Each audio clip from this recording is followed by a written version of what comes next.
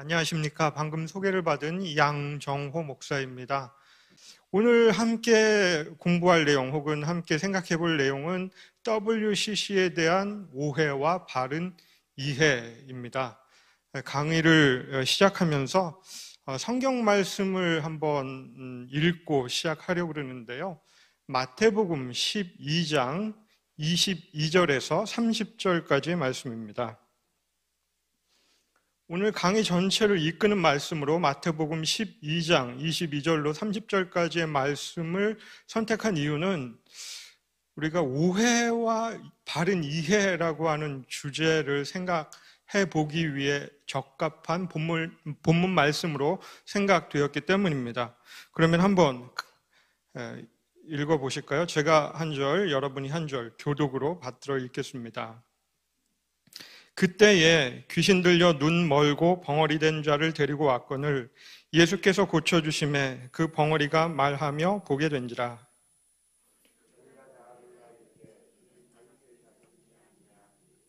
바리새인들은 듣고 가로되 이가 귀신의 왕 바알세불을 힘입지 않고는 귀신을 쫓아내지 못하느니라 하거늘.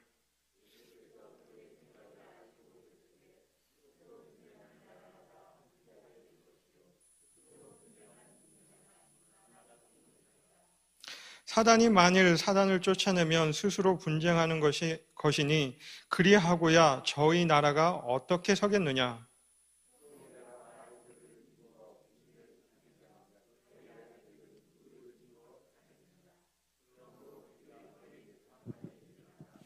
그러나 내가 하나님의 성령을 힘입어 귀신을 쫓아내는 것이면 하나님의 나라가 이미 너희에게 임하였느니라.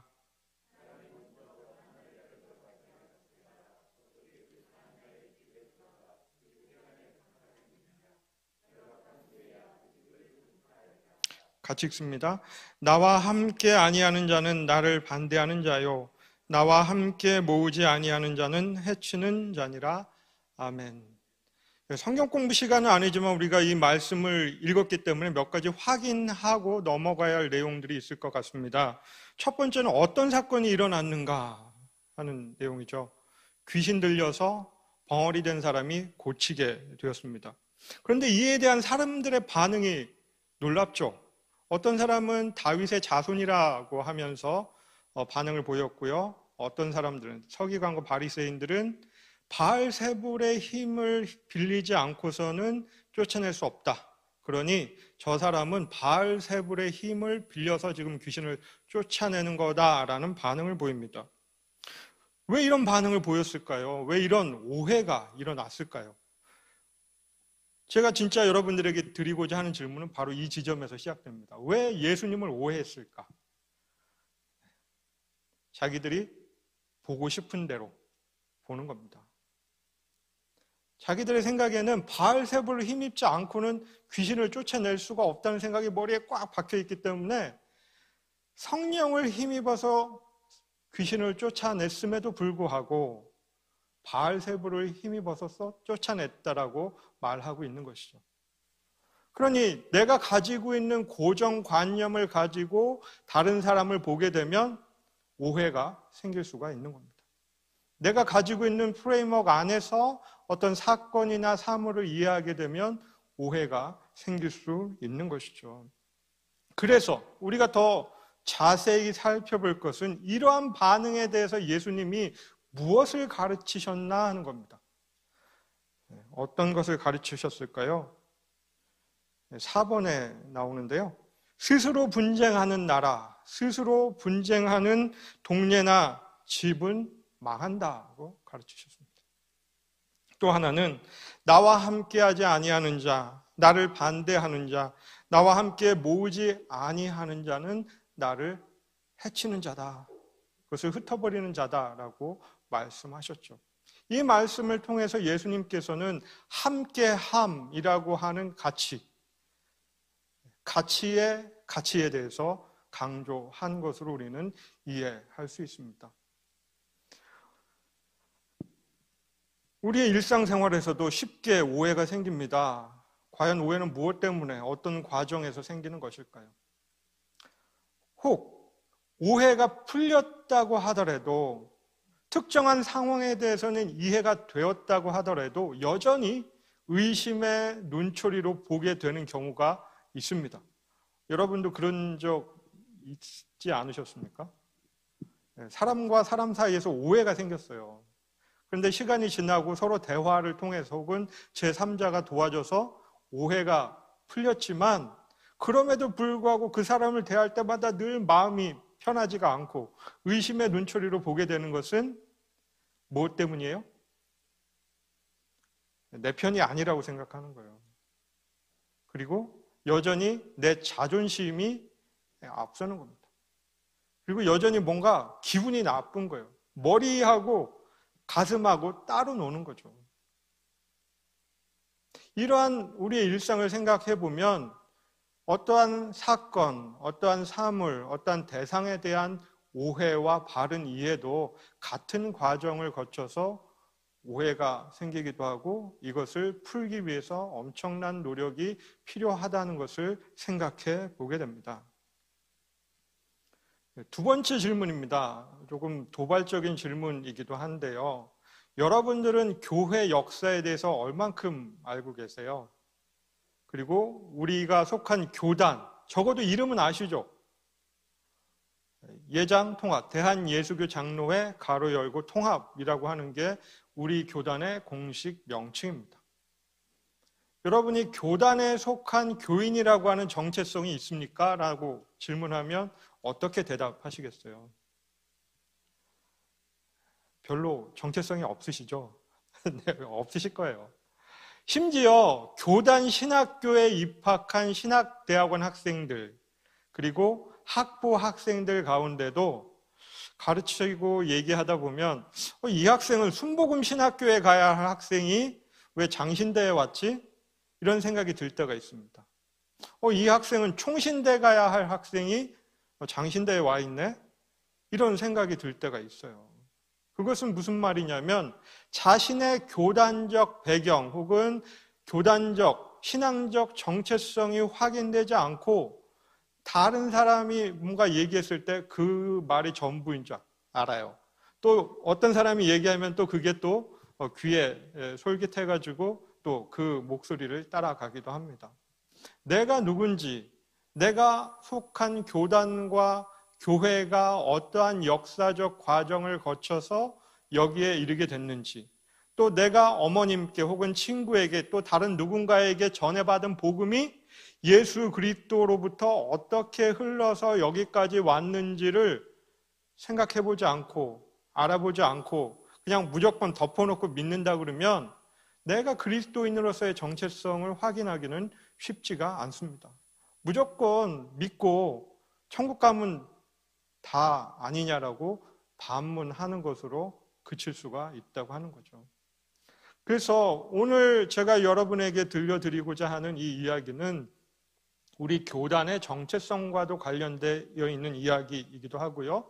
복음을 받아들인 그리스도인으로서 예수께서 우리에게 가르쳐 주신 그 말씀, 아까 마태복음 12장에서 살펴봤던 그 말씀이 오늘날 우리가 속해 있는 혹은 서 있는 삶의 자리에서 어떻게 구체화되고 구현되어야 하는지를 생각해 보는 그런 강의가 될 것이라고 생각을 합니다.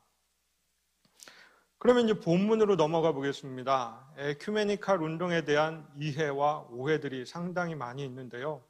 오늘날 WCC를 중심으로 진행되는 현대의 에큐메니칼 운동에 대해서 그리고 에큐메니칼 운동의 일반적인 오해들 또 이것에 대해서 반대하는 사람들의 주장 그리고 일반적인 그 에큐메니칼 운동의 방향과 정신 또 WCC 가입 자격과 회원 교회를 쭉 살펴보면 적어도 여러분들이 고민했던 문제 에큐메니칼 운동에 대한 오해는 조금 풀리지 않을까 생각해 봅니다.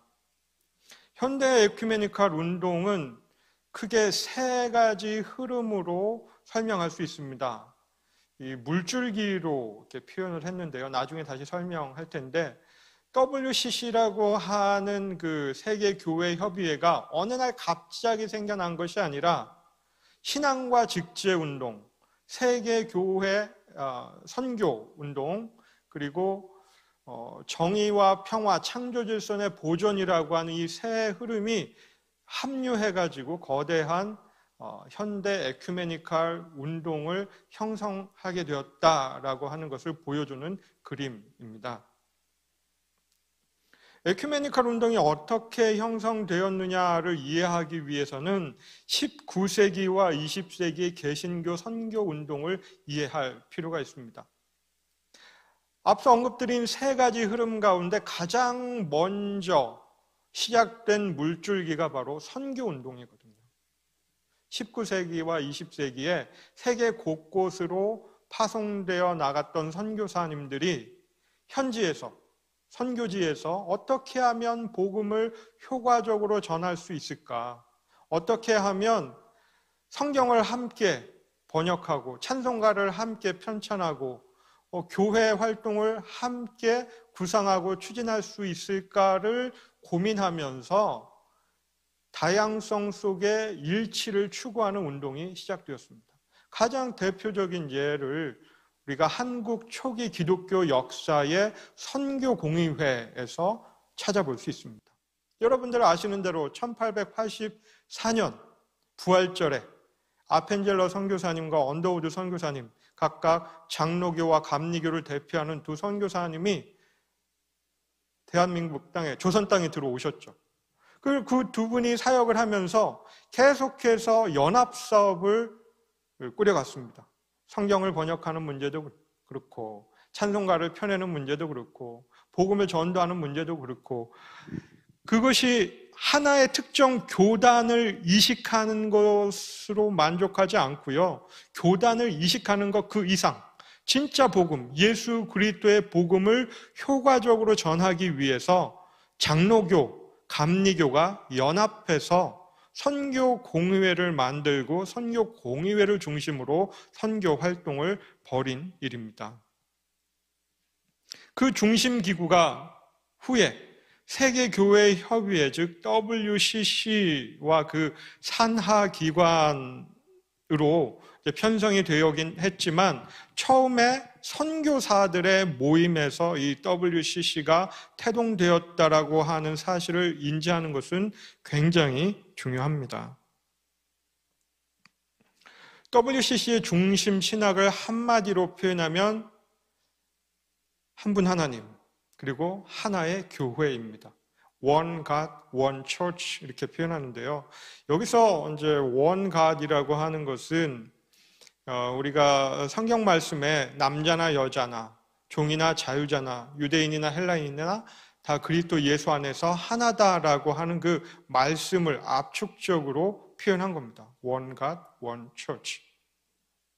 초창기 WCC의 모토는 거기 설명된 내용이었습니다. 교리는 교회를 분열시키고 봉사는 교회를 연합시킨다. 죄더블롬이라고 하는 초대 WCC 활동가가 한 이야기인데요. 여러분들이 한국 교회의 역사를 간략하게 살펴보신 기회가 있으시다면 이 말이 무슨 말인지 이해하실 겁니다. 처음에 우리 장로교가 하나였던 시절이 있었죠. 평양신학교에서 시작된 장로교가 하나였다가 둘로 갈라집니다. 언제 갈라져요? 일제강점기 직후에. 신사참배 문제를 놓고 고려신학교파하고 평양신학교파하고 갈라지죠.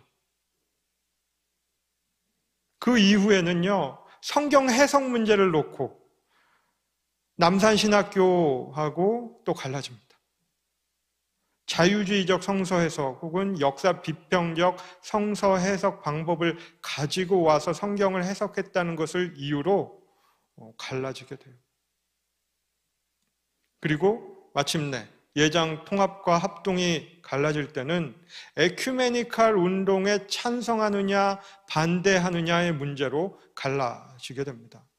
사실 그 문제는 조금 더 복잡한 문제들이 얽히고 설켜 있는데요. 신학적인 대의 명분으로 내세운 것이 비록 에큐메니칼 운동의 찬성이냐 반대냐였지만 구체적으로 들어가다 보면 신학교의 어떤 재정 문제 때문에 두 파로 갈라진 그 아픈 과거가 있었습니다. 지금 이제 세상을 떠나셨기 때문에 편하게 얘기할 수도 있을 텐데, 박형룡 박사님께서 학장으로 재직하시던 시절에 사기를 당하셨어요. 신학교 부지를 새롭게 만드는 과정에서. 그래서 박형룡 박사님의 제자들과 또 이것을 반대하는 그룹들과 패가 나눠진 거죠. 우연치 않게 박형룡 교수님은 굉장히 보수적인 신학자였기 때문에 이분을 따르던 제자들은 WCC에 반대하는 그룹이었고요. 또 정의를 외치는 사람들, 예를 들면 학장님이 사기를 당해서 신학교가 문제가 생겼으면 이에 대해서 책임지고 물러나야 된다라고 주장하는 그룹들은 공교롭게도 WCC에 찬성하는 그룹이었습니다. 그러다 보니 이 문제를 무마하기 위해서 전면에다가 신학적인 문제로 커튼을 친 거죠. 이게 사실은 한국교회 내에 WCC 찬반 문제가 시작된 배경입니다. 이런 역사 이야기를 다 빼놓은 채 WCC가 뭐 용공이고 종교다원주의고 이거 종교통합이다라고만 얘기를 하면 모든 것을 다 제대로 이해할 수 없는 상황이 됩니다. 그런데 이러한 문제를 올바르게 접근하기 위해서는 전체 역사를 다 이야기해야 하지만 제한된 시간 관계상 이제 핵심 내용만 말씀드리면, 교리 때문에 교회가 갈래갈래 갈라져 왔다. 그러니 우리가 교리 논쟁을 벌이지 말고 함께 연합사업을 펼쳐서 봉사를 하자. 봉사를 하다 보면 그 봉사 활동을 통해서 예수 그리스도의 사랑과 은혜가 증거될 수 있다라고 하는 모토를 내세워서 교리 논쟁하지 말자. 우리가 함께 연합하고 봉사하고 친교하자는 모토를 내세웠던 것입니다. 이러한 WCC의 신학 혹은 활동을 정확하게 이해하기 위해서는 중요한 신학자들의 작품들과 문서들을 살펴볼 필요가 있는데요. 위르겐 몰트만 혹은 한스킹 혹은 이영기 교수님 등과 같은 분들의 작품들을 잘 읽어봐야, 저서들을 읽어봐야 온전히 이해할 수가 있습니다. 그런데 교회 현장에 계신 여러분들이 직접 이러한 책들을 읽고서 이해하고 분석하고 비평하기에는 너무나 복잡하죠. 그래서 제가 이 시간에 간단한 주제들을 중심으로 왜 이렇게 오해가 있어 왔는가를 중심으로 말씀을 드리려고 합니다.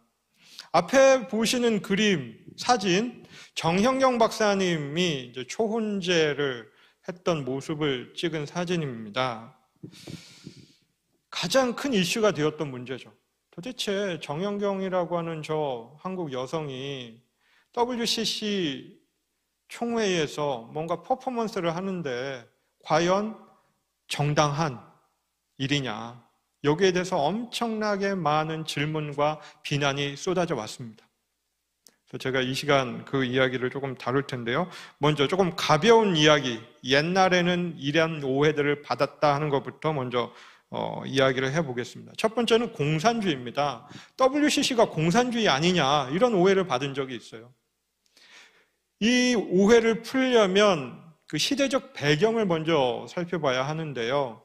냉전의 시기 때에, 그리고 군사 독재 정치 치하에서 용공으로 매도됐던 적이 있습니다.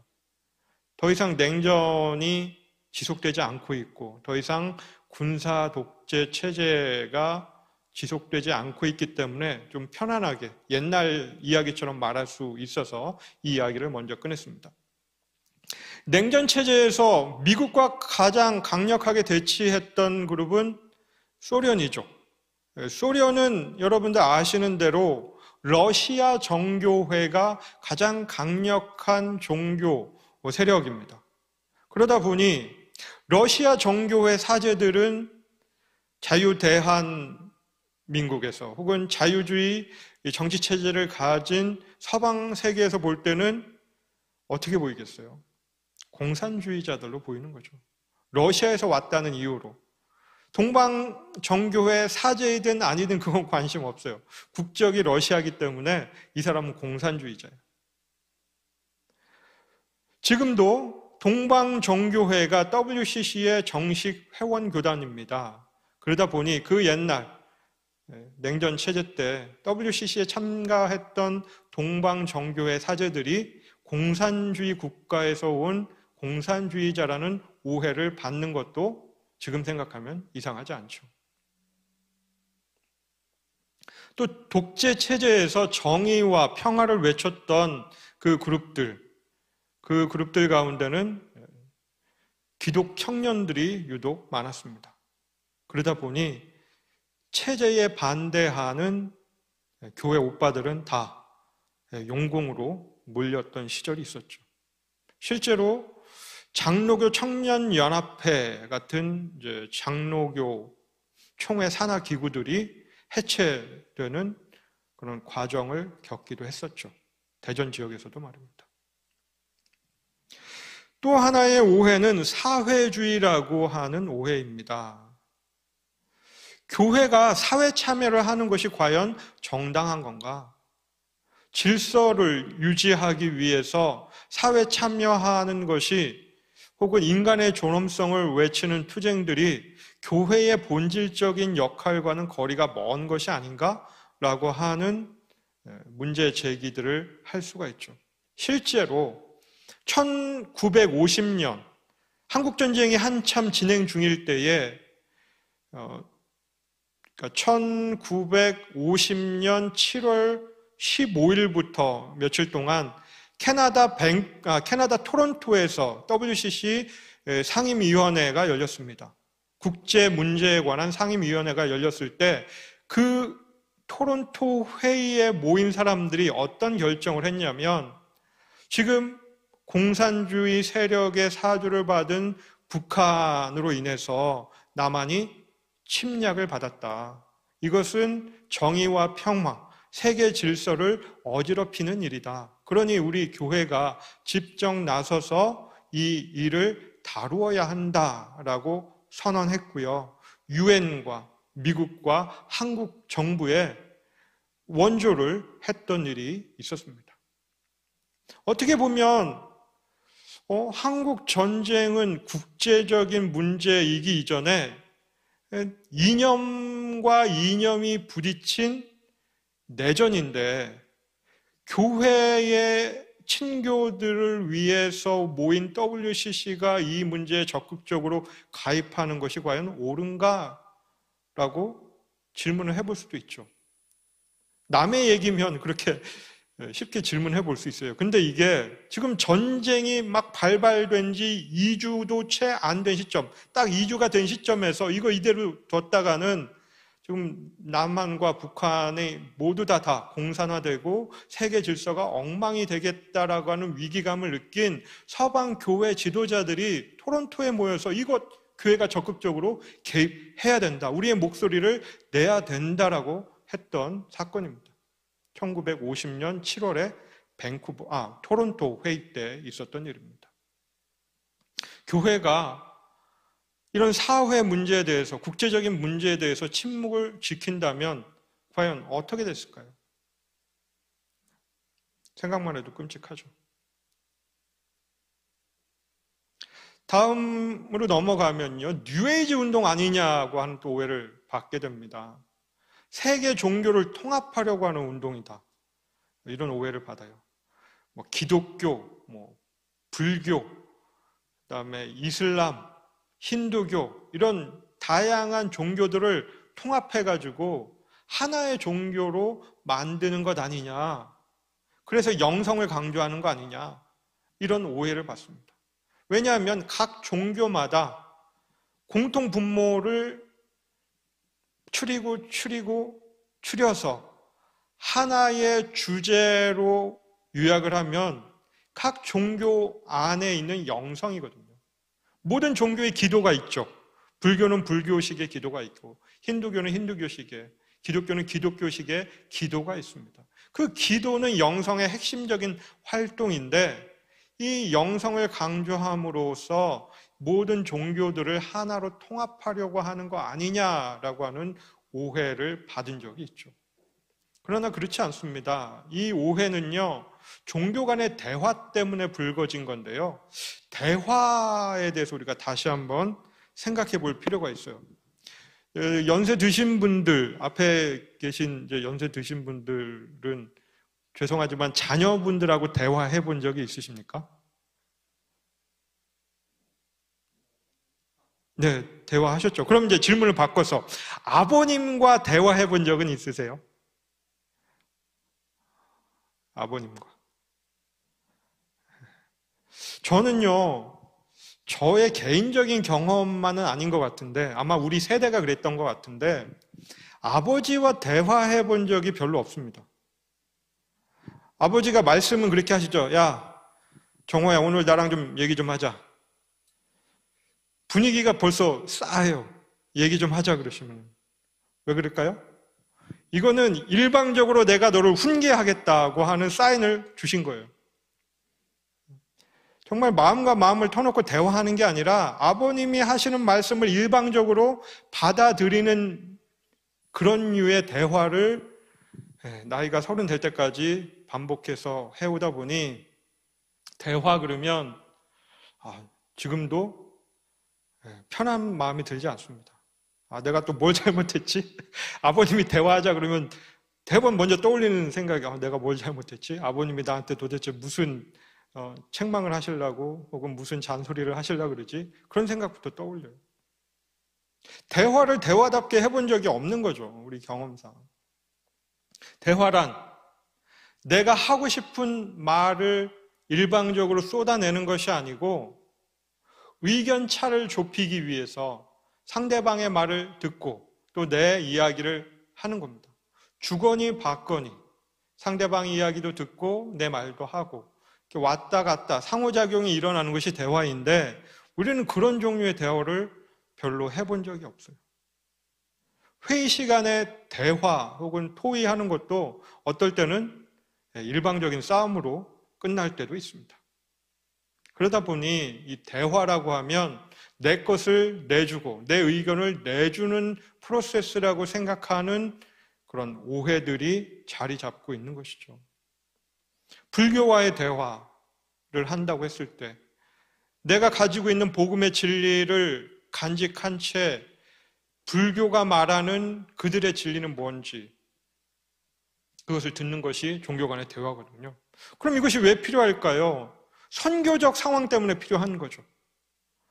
불교를 전통적으로 믿어온 불교 국가에 가서 복음을 전하기 위해서는 어떻게 해야 할까요? 당연히 불교인들이 믿고 생각하고 이해하는 방식으로 복음을 풀어서 설명을 해야 됩니다. 그러니 불교의 교리에 대해서 알아야죠. 대화를 해야죠. 같은 점은 무엇이 있고 혹은 비슷한 점은 무엇이 있고 공통분모가 무엇이고 다른 점은 무엇인지를 알아야만 우리가 그 불교와 기타 종교와의 대화를 통해서 복음의 유일한 진리됨을 선포할 수가 있게 됩니다. 그들이 이해하는 방식으로. 또 하나의 오해는 비성서적인 운동이라고 생각한다는 데 있죠. 그 이유는 교리를 중요하지 않는다는 데 있습니다. 성경을 제대로 이해하고 살펴봤으면 당연히 교리로 그것을 설명해내야지 교리 필요 없다 그러고 봉사만 한다 그러면 그 성경적인 거라고 할 수 있느냐? 교리는 성경에서 가지고 온 건데 이런 비판들을 합니다. 그런데 그렇지 않죠. 정말 성경이 말하고 있는 복음의 핵심적인 진리는 무엇이냐? 남자나 여자나 종이나 자유자나 유대인이나 헬라인이나 다 그리스도 예수 안에서 하나라고 하는 거죠. 그런데 교회 역사를 살펴보면 교리 때문에 엄청나게 갈라져 왔습니다. 물론 그 과정에서 복음의 진리가 굳건하게 세워지기도 한 것은 우리가 간과해서는 안 되겠지만 미묘한 차이, 지금 보면 별거 아닌 거 가지고 서로 싸우고 갈라섰어요. 예를 들어 종교개혁 때에도 가톨릭으로부터 반대해서 종교개혁을 시작한 종교개혁자들이 우리가 이제는 가톨릭에 대항해서 하나의 목소리를 내자라고 하면서 마부르크이라고 하는 독일의 한 도시에 모입니다. 그러면서 자신들이 믿고 가르치는 바를 하나하나 다 적어봤어요. 14개 항목이 다 일치했는데 맨 마지막에 한 개의 항목이 일치하지 않아서 서로 결별하고 각자의 길을 가게 됩니다. 그건 뭐였냐면요, 성만찬에 관한 이론이었어요. 가장 중요한 교리죠. 성만찬에 관한 교리. 가톨릭과 갈라져 나올 때에 종교개혁자들은 가톨릭의 화채설을 반대했거든요. 그러니 이 성만찬 교리가 잘못되어 있으면 우리가 함께할 수 없다고 생각한 거예요. 루터는 화채설을 반대하면서 공제설이라고 하는 성만찬 이론을 얘기했고요.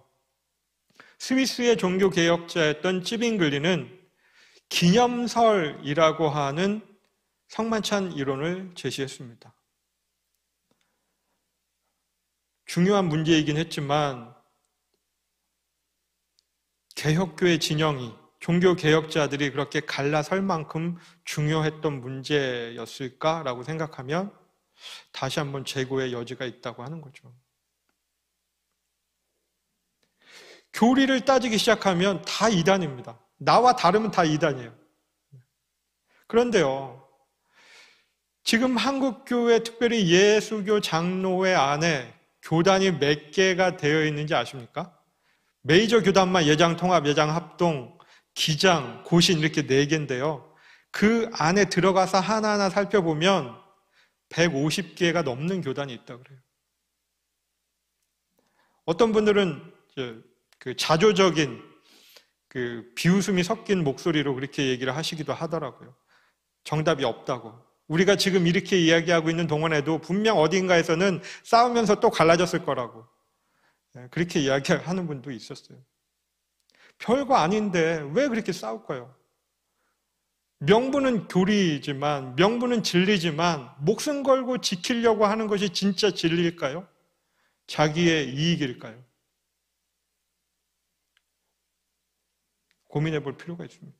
그러니 진짜 성경이 가르치고자 하는 핵심적인 복음의 진리, 하나님을 사랑하고 이웃을 사랑하라고 하는 그 핵심적인 복음의 진리는 내팽개쳐진 채 저 사람이 나와 다르다고 하는 근거를 성경에서 찾아가지고 쳐내기 위한 하나의 프루프 텍스트로 성경을 사용하고 있는 건 아닌지 생각해 본다면 WCC에 대해서 비성서적인 운동이라고 매도하는 것은 정당성을 잃어버리게 된다고 하는 겁니다. 종교다원주의에 대해서 조금 더 설명이 필요한데요. 여러분들도 아마 그런 얘기 많이 들어보셨을 거예요. 종교다원주의라고, WCC가. 예수 안 믿어도 천국 간다고 가르친다고.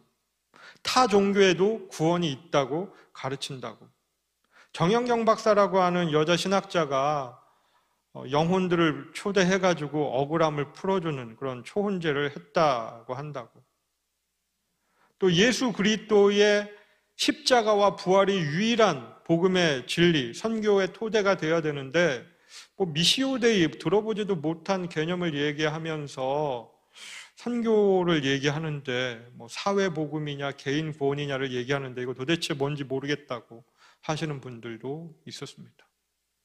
또 정영경 박사의 초혼제와 관련해서는 참 할 얘기가 많이 있습니다. 이분을 이제 미국에서 공부하는 동안 개인적으로 만나서 이야기할 기회가 있었습니다. 제가 공부하는 학교에 이제 강사로 오셔가지고 강연을 한 다음에 이제 식사하면서 이야기할 기회가 있었는데 그때 이제 그 이야기를 했어요. 선생님 책도 읽고 이제 쭉 살펴봤는데 삼위일체 신학에 대해서 어떻게 생각하시냐고 질문을 돌직구를 바로 던진 거죠. 왜냐하면 기독교인이 아니냐, 기독교인이냐를 가장 쉽게 판가름할 수 있는 대표적인 교리, 전통이 우리에게 전해준 바는 삼위일체 교리거든요. 근데 그분이 말씀을 좀 애매하게 하시더라고요. 사랑이라는 개념을 가지고 삼위일체를 이야기하는데 제가 내린 결론은 그분은 더 이상 기독교 신학자가 아니다. 아름다움이 우리를 구원할 거라고 나중에 설명을 하셨는데요. 예수 그리스도가 우리를 구원하는 게 아니라 아름다움이 우리를 구원한다. 물론 그 문장은 어느 그 문필가의 그 문장에서 따온 말이기도 합니다. 그런데 예수 그리스도가 구원한다고 말은 안 하시더라고요. 그 이후에 이제 행보에 대해서도 쭉 지켜볼 기회가 있었는데요. 학문적으로. 비록 뉴욕 유니온 신학교라고 하는 장로교 신학교의 전신인 그 기독교 신학교에서 가르치는 일을 하시긴 하시지만 기독교 신학자는 아닌 걸로 이제 제가 판단을 했습니다. 그러면서 이제 그러면 왜 정영경 박사를 불러다가 WCC의 중요한 행사 가운데 한 섹션을 맡아가지고 퍼포먼스를 시켰냐. 그런데요, 이거는 무엇과도 연결되어 있냐면 선교지에서 일어나는 다양한 종교 현상들 가운데 하나를 가져다가 그 선교지의 사람들이 이해하는 언어로 혹은 그 퍼포먼스로 기독교를 재해석하려고 했던 시도라고는 볼 수 있습니다. 그런데 이 시도가 선을 넘은 거죠. 선을 넘었어요. 그래서 WCC 중앙위원회 혹은 상임위원회에서도 계속 문제를 제기를 했습니다. 그런데 WCC라고 하는 단체가 구속력이 없는 단체예요. 그러니 뭐 말을 해도 책임은 지지 않죠. 뒤집어서 생각하면 이렇습니다. 우리가 치리와 권징이라고 하는 제도를 가지고 일사불란하게 움직여가는 총회를 관할하는 데 있어서도 개교회 중심주의가 너무 심하다 보니 총회의 치리를 안 따르죠. 그걸 어떻게 법으로 강제할 수가 없어요. 교단의 현실이 그렇습니다.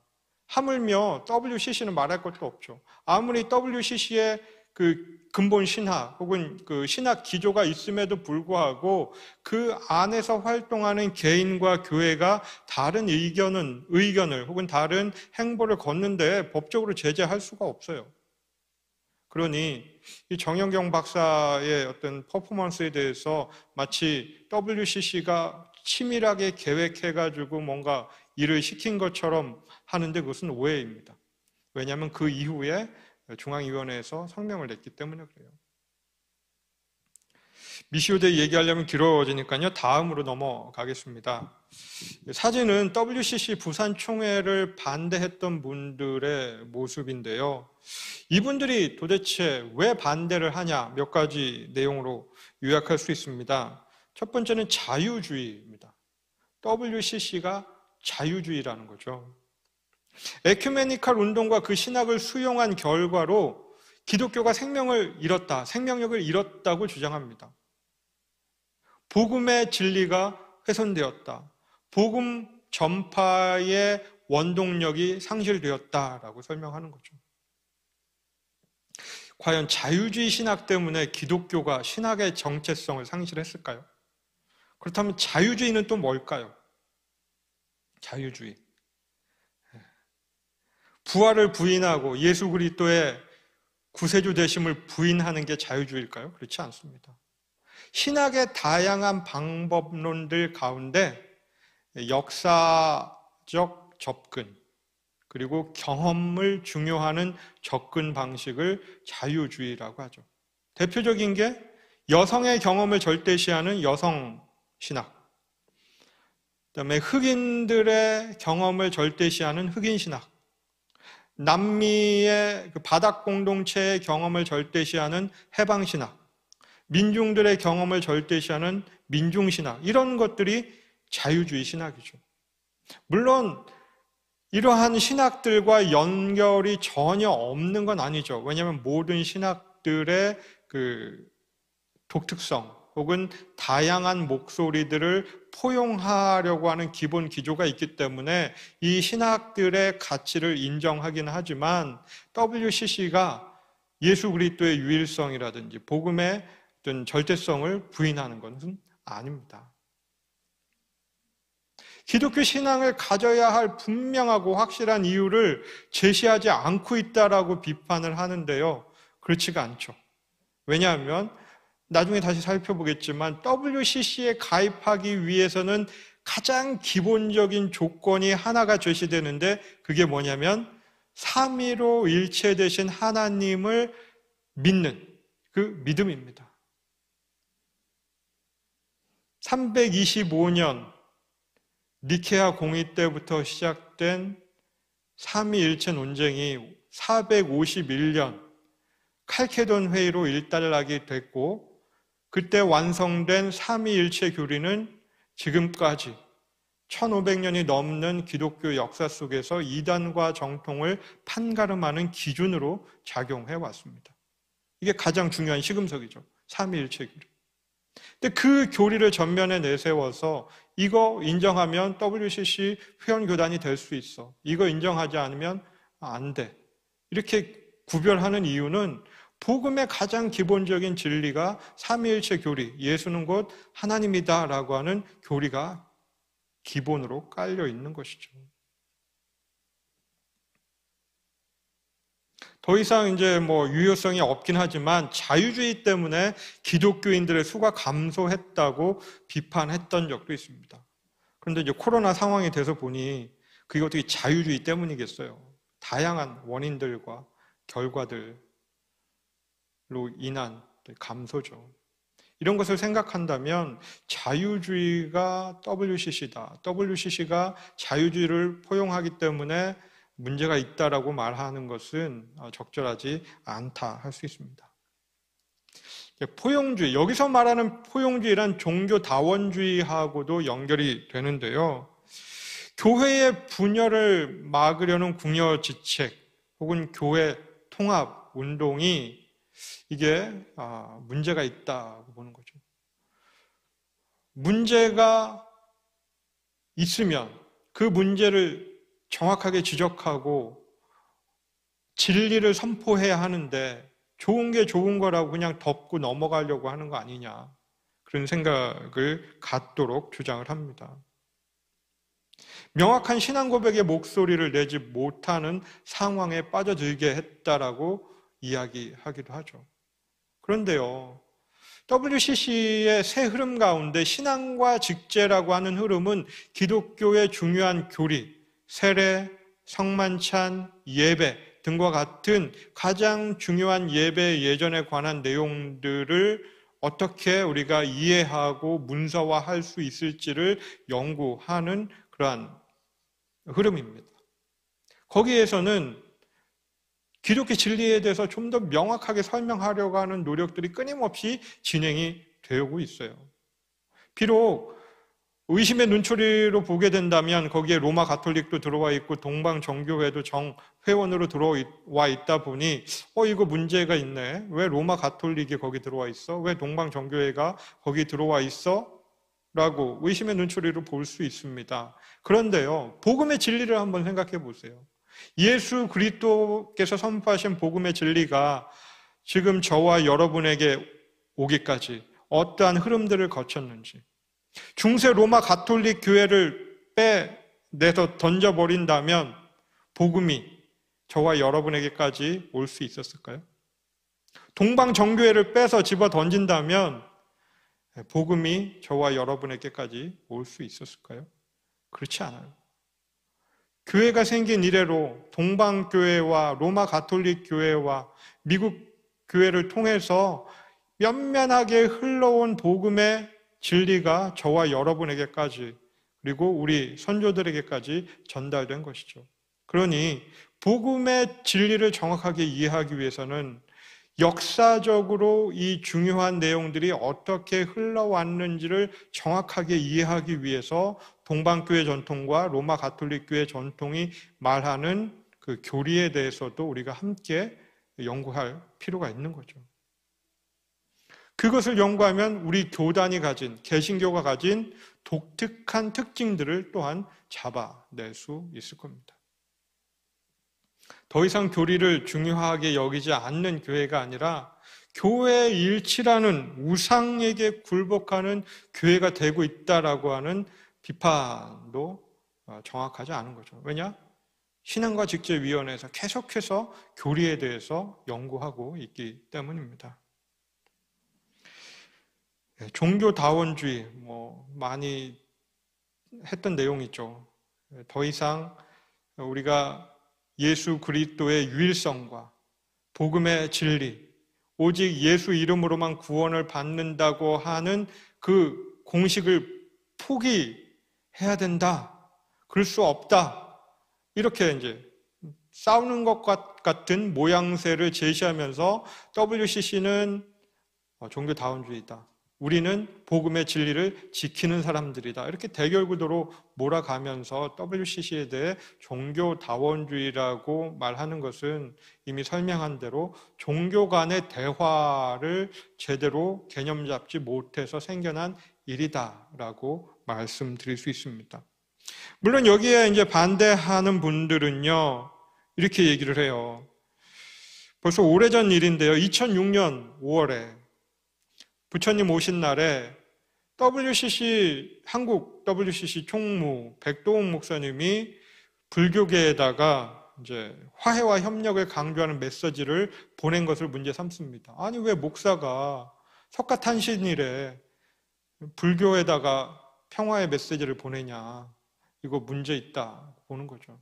그런데 그때 처음이 아니고 계속해서 WCC에서는 불교와 어떤 화해와 협력을 추진하는 움직임들을 보여왔습니다. 왜냐하면 타 종교는 무조건 이단이고 타파해야 할 우상으로 잘못 각인된 분들이 불상을 깨트리고 당군상을 깨트리는 그러한 행태를 끊임없이 잊을만 하면 반복하고 잊을만 하면 반복해 왔기 때문이죠. 어떻게 보면 사죄의 의미도 있을 수 있겠다 싶습니다. 내가 내 종교로 존중받기를 원한다면 타 종교는 또 타 종교대로 존중해 줄 필요가 있겠죠. 우리가 간과하고 있는 것 중에 하나는 대한민국이 종교의 자유를 가진 나라라고 하는 겁니다. 물론 어떤 분들은 그렇게 얘기합니다.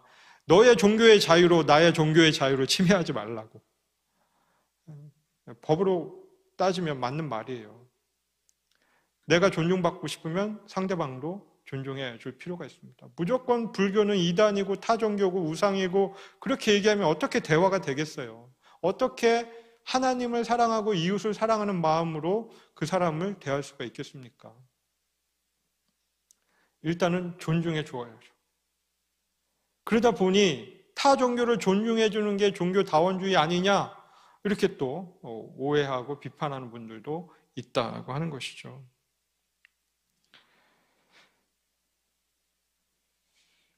이렇게 오해와 어떤 비판을 살펴봤기 때문에 그 다음으로 넘어갈 수 있을 것 같습니다.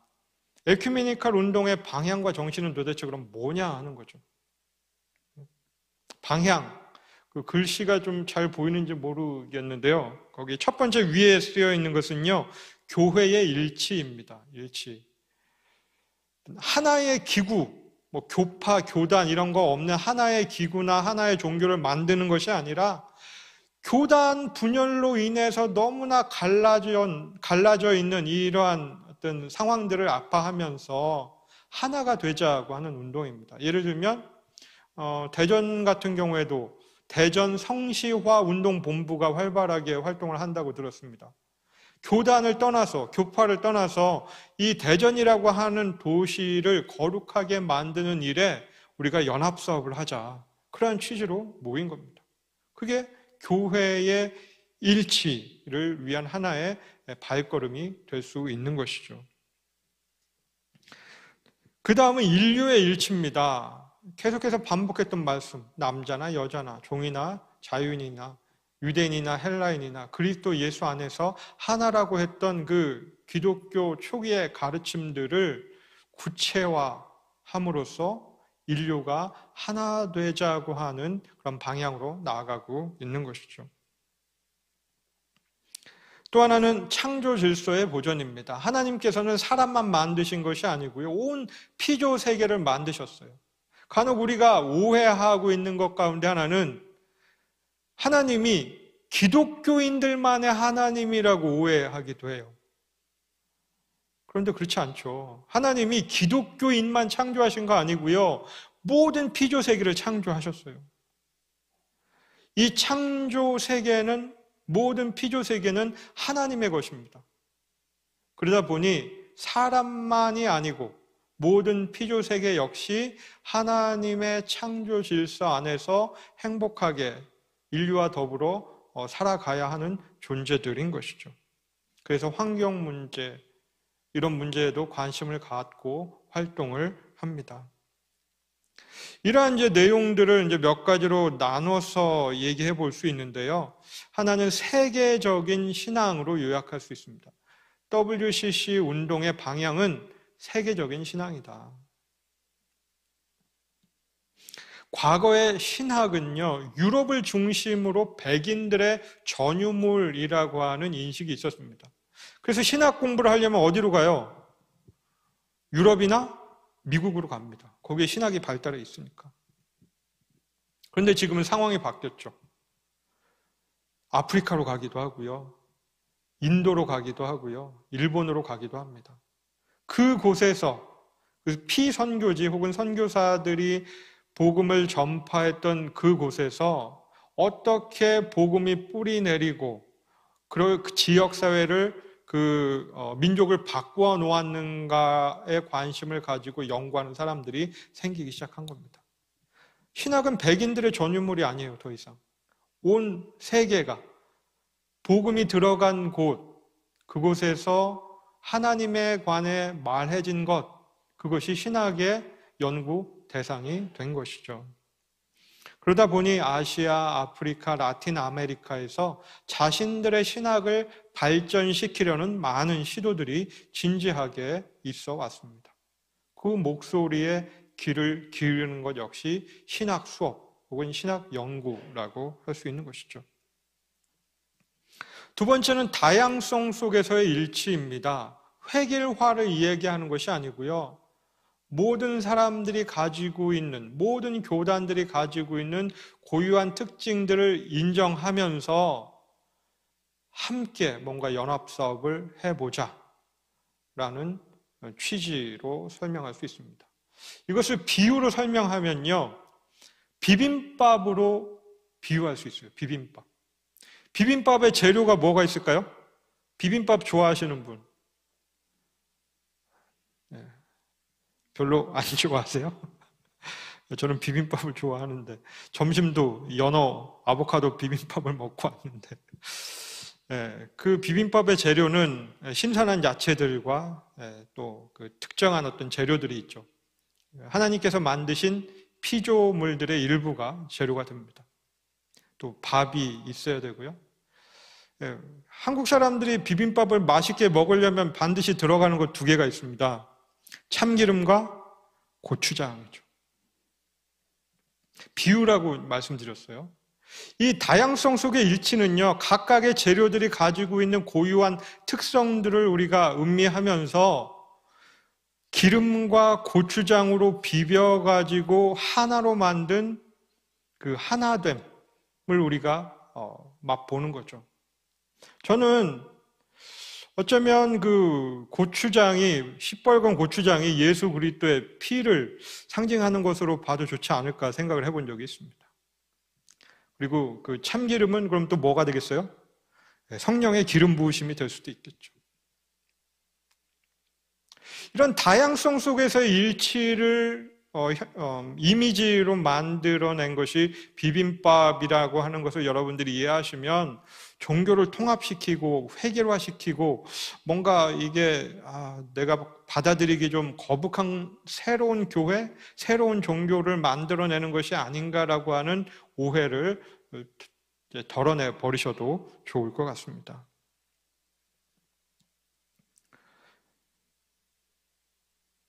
에큐메니컬 운동의 마지막 방향은요, 그 정신으로 요약해 볼 수 있는데요. 선교지에서 복음을 어떻게 하면 효과적으로 전할 수 있을지 고민했던 선교사님들의 고민에서 비롯됐다고 하는 겁니다. 교회들의 연합과 일치, 순수한 연합을 목적으로 하는 것이죠. 한마디로 표현하면 연합과 협력입니다. 이것이 에큐메니컬 운동의 정신이라고 요약할 수가 있는 거죠. 마지막으로 WCC 가입 자격과 회원 교회에 대해서 간략하게 넘어가고 마무리하려고 합니다. 가입 자격, 이것은 여러분들이 한번 같이 읽어보면 좋을 것 같아요. 같이 읽어볼까요? 시작. 성부, 성자, 성령이신 한 분의 하나님의 영광으로서의 공통적 부름을 성취하고자 노력하는 교회들의 단체다. 이게 가입 자격입니다. 성부, 성자, 성령. 삼위로 일체되신 하나님을 향한 믿음이 있어야 WCC에 들어올 수 있다고 하는 거예요. 회원교회는요, 100여 개국 340개 교단이고요. 한국의 회원교단을 보면 보시는 바와 같습니다. 이제 정리를 해볼까요? 에큐메니컬 운동의 새 흐름은 신앙과 직제, 정의, 평화, 창조 질서의 보존, 세계 선교를 꼽을 수 있었죠. 이 가운데 가장 중요한 시작, 첫 출발은 세계 선교다. 초기 한국교회 선교사님들이 추구했던 일치와 협력의 정신이 에큐메니컬 운동의 정신이다라고 하는 것을 반드시 기억하면 좋겠습니다. 에큐메니컬 운동의 이 찬반 문제가 역사적 배경이 되었다고 하는 거죠. 이런 이야기들은 잘 안 해요. 너무나 이 가슴 아픈 과거이기 때문에 우리가 돈 때문에 싸웠다는 얘기를 대놓고 할 수 없잖아요. 부부가 이혼할 때 우리 혼수 때문에 돈 때문에 싸웠어라는 얘기를 어떻게 자녀한테 하겠어요. 성격 차이로 헤어졌다고 얘기하지. 세 번째는 우리 교단, 여러분들이 정체성을 가지고 계시든 계시지 않든 상관없이 예장 통합이라고 하는 교단이 가지고 있는 기본적인 신학 방향이 에큐메니즘입니다. 이러한 내용들을 이해하신다면 우리가 교단이 가지고 있는 이 문제들에 대해서 조금은 좀 유연한 자세로 볼 수 있지 않을까. 통합교회에 속한 우리 그리스도인들이 WCC가 뭐냐라고 물어봤을 때 그래도 한마디 하면서 그 많은 오해와 이해들이 있는데 유튜브를 찾아보면 잘 나오지는 않지만 그 WCC에 대한 바른 이해와 오해와 바른 이해들이라는 영상을 보면 대략 감을 잡을 수 있다고 소개해 주실 수는 있을 겁니다. 근데 함정이 있어요. 제가 이제 주변에 저희 어머니도 심지어 저한테 대전 신학교에 임용이 결정되고 나서 대전에 내려갔을 때 어머니가 저에게 대뜸 던진 질문이 그거였습니다. 양 목사, WCC가 뭐야?